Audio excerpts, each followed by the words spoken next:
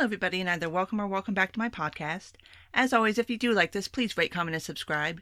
You can find me on iTunes, Google Play, Stitcher, SoundCloud, Spotify, and YouTube.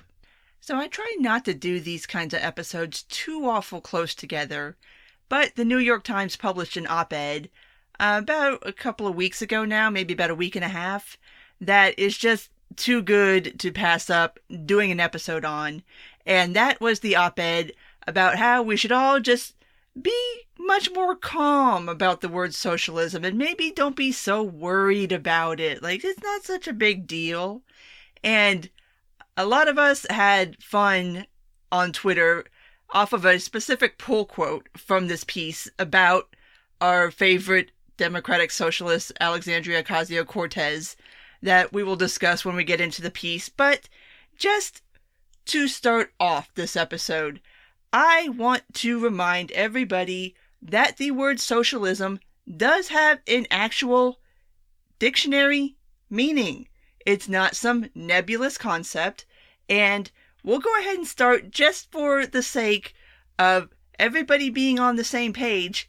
Let's look at the Merriam-Webster definition of the word socialism. Socialism. 1. Any of various economic and political theories advocating collective or governmental ownership and administration of the means of production and the distribution of goods. 2a. A system of society or group living in which there is no private property. 2b.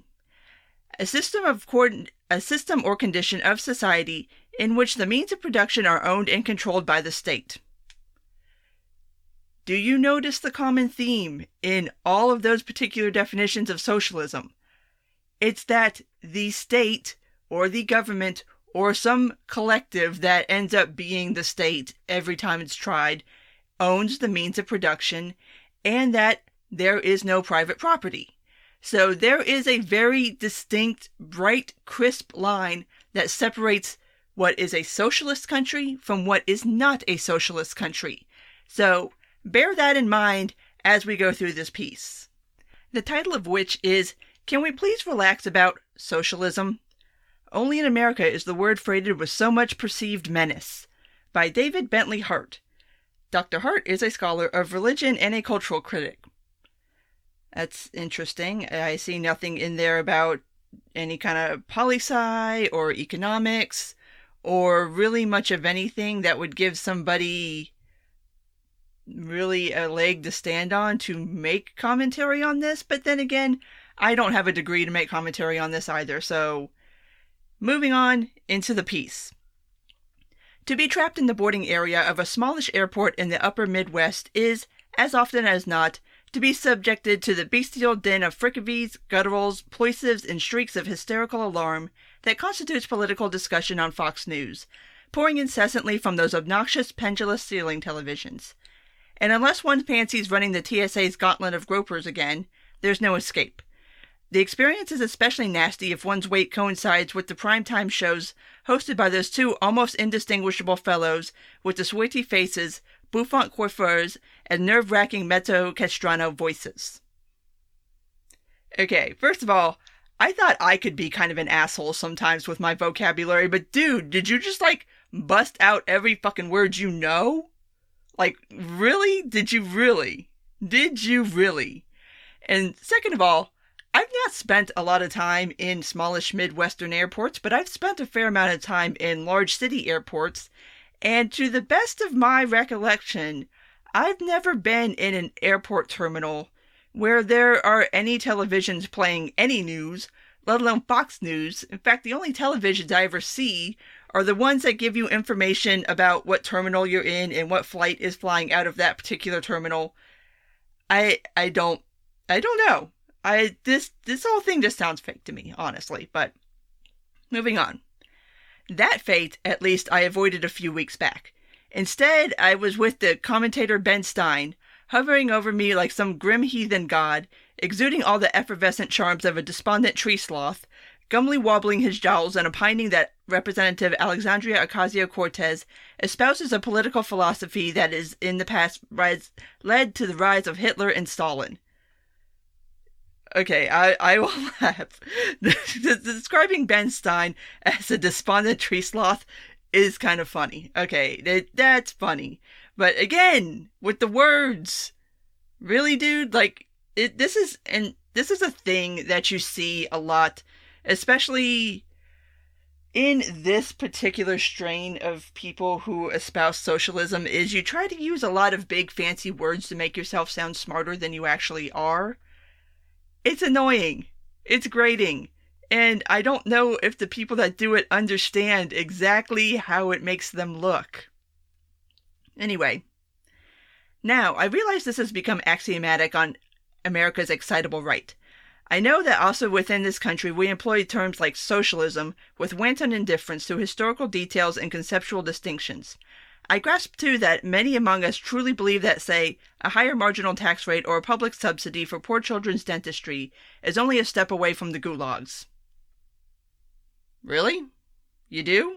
Because if you're already starting out with straw men like that, I'm going to assume that your argument is going to be weak as fuck. And, spoiler alert, it is weak as fuck. But, again, this is one of those things that certain people who espouse socialism do, is you set up these dumb, stupid little straw man arguments, or you just go to, like, the most absurd example you can possibly think of to try to make your argument. And it's like, if you're genuinely serious about making a political argument, maybe, I don't know, don't do that. Anyway, back to the piece. And I am painfully aware, or actually, you know what? Before we get here, this is why I broke this one up into two sections. This is the part where we all made fun of this on Twitter. This next part right here, because this is hilarious. And I am painfully aware that the male Fox commentatorate nurtures its sickly obsession with Miss Ocasio-Cortez, partly because they resent her cleverness, charisma, and moral vitality, but mostly because they suspect that in high school she was one of those girls they had no hopes of getting a date with. Though, really, she comes across as someone who can look past the face of even the purest suet if she thought she glimpsed a healthy soul beneath it. Okay, first off, dude, she ain't gonna fuck you. She's already fucking some dude named Riley, and he looks like a low-rent version of the leprechaun from American Gods. Okay, dude, that's no vacancy there. That spot is taken. Second of all, what the hell is moral vitality? That sounds like some socialism shit, doesn't it? Like, moral vitality. What do you mean? And lastly, for all of the bullshit that people want to say about the right wing and Fox News being obsessed with AOC, my dude, ain't nobody being this thirsty in public on the right about this woman. Not like y'all on the left, who are obsessed with her. Probably more so than the right wing. Because this is just like, wow, dude, like that, wow, that's really being sprung in public for someone. But that's the pull quote that everybody had so much fun with, and you can see why. Like, wow. Just wow. Anyway, moving back. Just then, however, I was emotionally unprepared for this particular assault on my intelligence. I cast a fond, forlorn glance back in the direction of those TSA agents and their warm, inviting paws. Anyway. Absurd as it was, though, Mr. Stein's remark was not all that far removed from mainstream American public opinion. Even the liberal left in this country is densely populated with politicians whose stated views on socialism seem scarcely more exact. It may be amusing to hear Republicans assert that a military kleptocracy like Venezuela is a socialist country because its government uses the word when lying about itself, rather in the way that North Korea claims to be a People's Democratic Republic. It may make one wince to see Senator Bernie Sanders obliged, as he was on Monday at a town hall hosted by CNN, to explain once more that the totalitarian statism of the Soviet Union had nothing to do with the far older tradition of democratic socialist thought. But fair's fair. It's not much less bizarre to hear a progressive like Julian Castro, the former housing secretary, assert that socialism simply means state seizure of all the means of production. Had Marx and Engels only known this, they might have spared themselves the effort of denouncing the socialists of their time for failing to call for a completely centralized economy. Okay. Remember at the beginning of this episode when I made a point of pointing out that socialism has a very distinct definition and that there is a very bright, crisp line between socialist countries and not socialist countries. Venezuela, socialist country. North Korea, socialist country. Why? Because the government owns the means of production and there is no private property. It meets the definition of a socialist country. Whatever you may happen to think about the rest of it, whatever you happen to think about Venezuela's military, well, sorry dude, but that seems to be how all socialist experiments end, is becoming a military kleptocracy. I wonder why. Maybe it's because socialism requires totalitarianism to work. Could that be it? No, that couldn't be it. It's just that everybody else fucked it up. But this next time we'll get it right. We'll get it all figured out, and it won't become some massive hellhole of totalitarianism, and it'll become the utopia that it's supposed to be. You know, like it was written, like Marx and Engels promoted. Like, just, next time. This next time, we'll get it right. And as far as what Julian Castro said, as I pointed out, yes, that is the definition of socialism, is that the government seizing the means of production. Like, this is not really up for debate, dude. I don't even understand this. Well, actually, I do. I do understand it. That's kind of a lie, but moving back to the piece. Well, only in America, as they say. Only here is the word socialism freighted with so much perceived menace. I take this to be a symptom of our unique national genius for stupidity. In every other free society with a functioning market economy, socialism is an ordinary, rather general term for sane and compassionate governance of the public purse for the purpose of promoting general welfare and a more widespread share in national prosperity. No. Actually, it's not because we have some kind of special propensity for stupidity, David. It's because some of us know what the fuck the word means. Second of all, there is a difference. And this is also why I drew attention to the meaning of the word socialism between a socialist country and a country with a very large welfare state or social safety net or whatever you want to call it. That does not make a country socialist. The government seizing the means of production and outlawing private property makes it socialist. So no, when you try to make these comparisons to other European countries who do have market economies, but also have a very high taxation rate and provide this welfare state, that's not a socialist country. That's just a country that likes to take money from people and give it to other people. Which, actually, under socialism, they didn't really do that either. They just took money and kept it. Like Venezuela. They were supposed to take the oil money and give it to the people, but that didn't quite happen. And that seems to keep happening in these socialist countries, is the money gets seized, but it never quite gets distributed. So, at least for the countries that have the high taxation rates and the welfare states, at least the money's getting redistributed. I don't agree with it, obviously, but hey, at least they're doing a little better. In countries where, since World War II, the principles of democratic socialism have shaped public policy, basically everywhere in the developed world except here, the lives of the vast majority of citizens, both especially in regards to affordable health care, have improved enormously. This is acknowledged by almost every political faction, whether liberal, like Social Democrats, conservatives, like Christian Democrats, or progressives, like Greens. And the preposterous cost projections that American conservatives propagandists routinely adduce to prove that socialized medicine or a decent public option would exhaust our treasury are given the lie in each of those countries every day. Actually, no, they're not. A big reason why a lot of countries had to join the EU is because of these particular programs bankrupting the countries, so you have to join in the EU to try to band together to try to salvage your own economy. So, first off, no, you don't really get around the fact that things are expensive, and expensive things need to be paid for. If you want to go live in a country with a 70% marginal tax rate and have the government pay for all your stuff, go for it, if they'll let you in. which is another thing that a lot of socialists never like to talk about, is that even those countries with the vast welfare systems are very, very, very strict on immigration. Like, you don't just move to these countries. Like, you have to go through a very lengthy process. And I don't know how many on the left would really be comfortable acknowledging that side of that equation, which is that they do deeply restrict immigration to those countries. I don't know if they would be willing to make that same argument for America, for the US. That's really more of what they consider a right-wing argument that I don't understand why they would not be making the argument, because I do understand that particular argument on a certain level, that obviously if you're going to have a massive welfare state, you have to limit the amount of people moving to your country. Obviously, because math. But it's not really a very nice thing to say right now.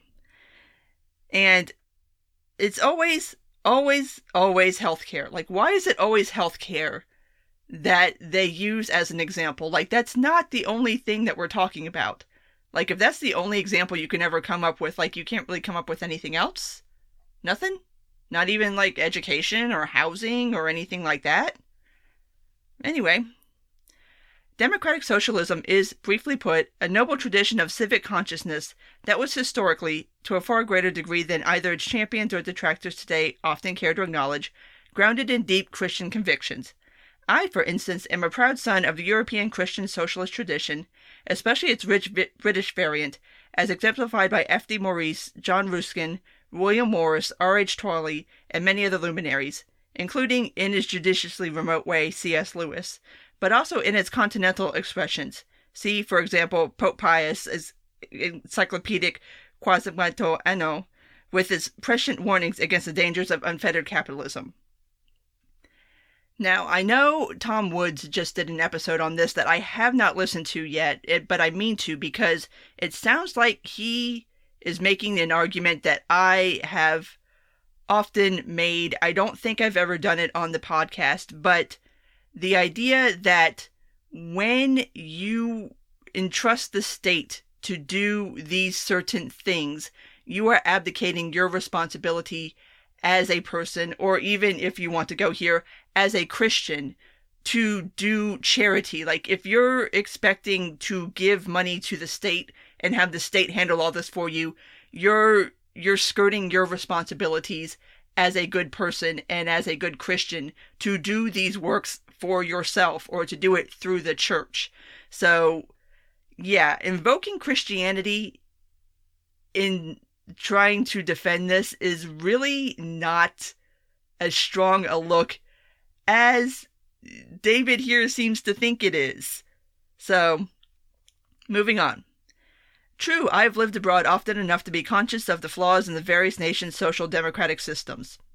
But I know, too, that those systems are usually make possible something closer to a just and charitable society than ours has ever been.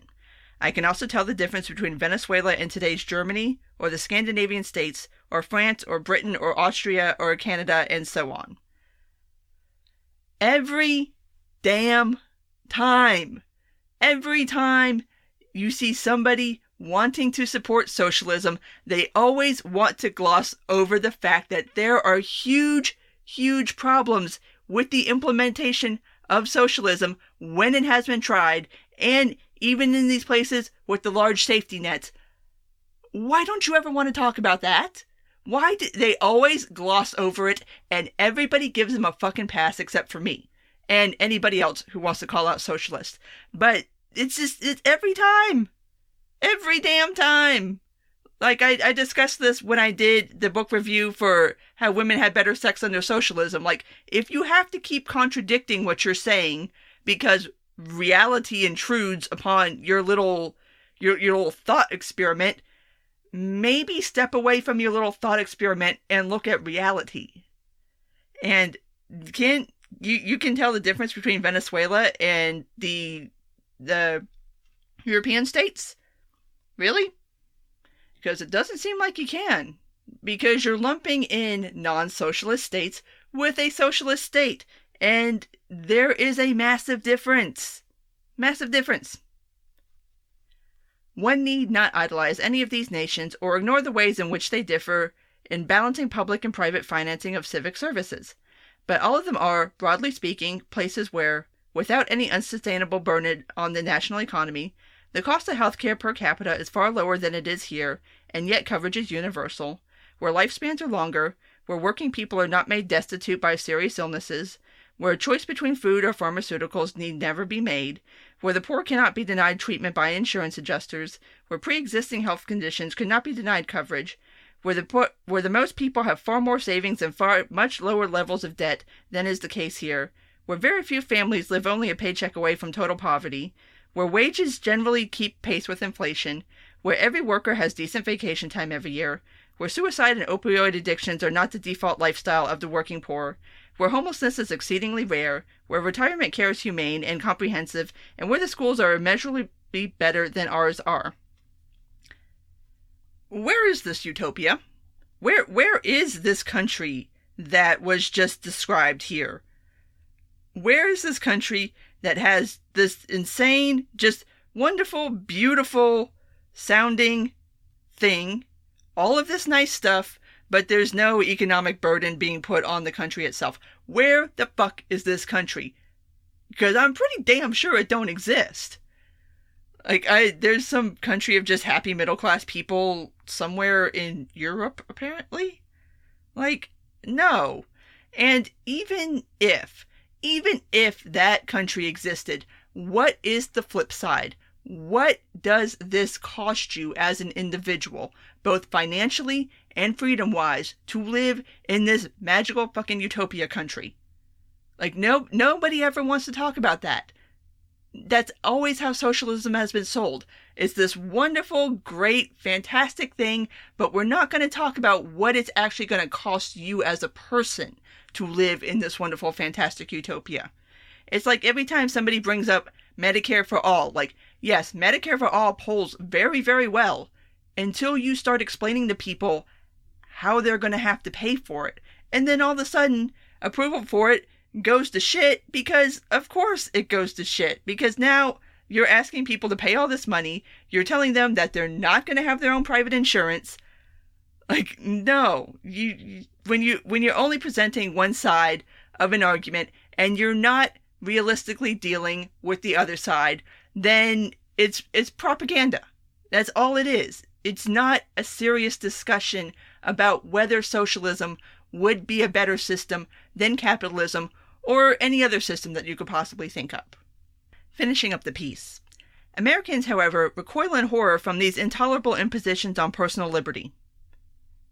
Oh, so you're admitting that the flip side to this will be a cost to my personal liberty. I'm not okay with that.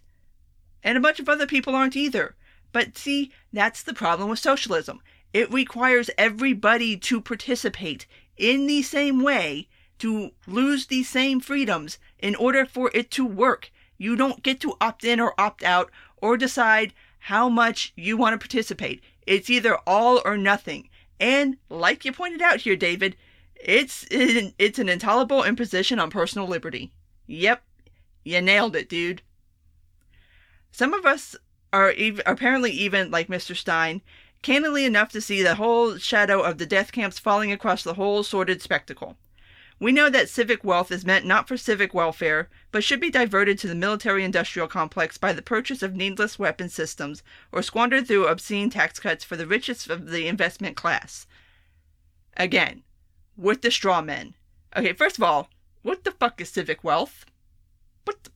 No, again, there's that abolition of private property, including your money will not be your private property. It's civic wealth. And it's meant for the civic welfare. Get the fuck out of here with that. No.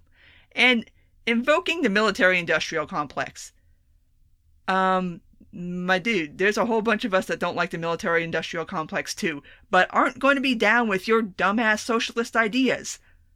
Again, you're using the most absurd point that you can possibly make to try to make your argument when there are better ones to be made. Especially in bringing up tax cuts. Come on. Really? Nobody's ever done that one before. Nope, never heard that argument before.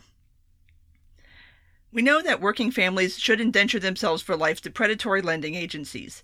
We know that when the child of a working family has cancer, the child should be denied the most expensive treatments and then probably die, but not before his or her family has been utterly impoverished. We call this, I believe, being free. And as long as we have access to all the military-grade guns we can ever need to fight off invasion from Venus, and to assure that our children will be slaughtered at regular intervals in their schools, what else can we reasonably ask for? See, this, again, like I said, I've already said it, when you go to the stupidest, dumbest arguments, but also, when you start invoking the emotional arguments. Oh my God, if we don't implement socialism, the children will die of, I don't know, cancer AIDS or something, or they will all be slaughtered in the schools because we can't have people have the weapons. Like, you lose me, and you lose most people, because it's pretty blatantly obvious when you're trying to appeal to somebody's emotions to get them to buy into your particular system of belief. You have a lot more chance of doing that if you approach things from a rational perspective. But then again, that's never been how socialism's been pitched.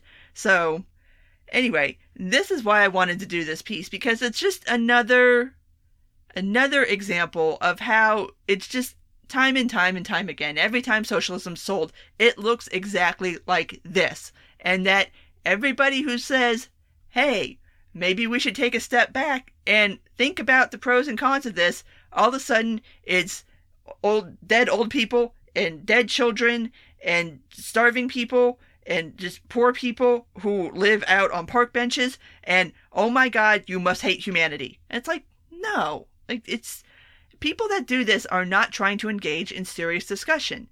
And it's annoying to constantly see it platformed and to constantly see it entertained as if it is a serious conversation. So, anyway, I wanted to do this episode, and now I did. So, I feel better. And I hope you feel better too. So, at this point, I'm going to go ahead and wrap this up. If you did like this, as always, thank you for making it this far. And please remember to rate, comment, and subscribe. You can find me on iTunes, Google Play, Stitcher, SoundCloud, Spotify, and YouTube. Take care, and until next time.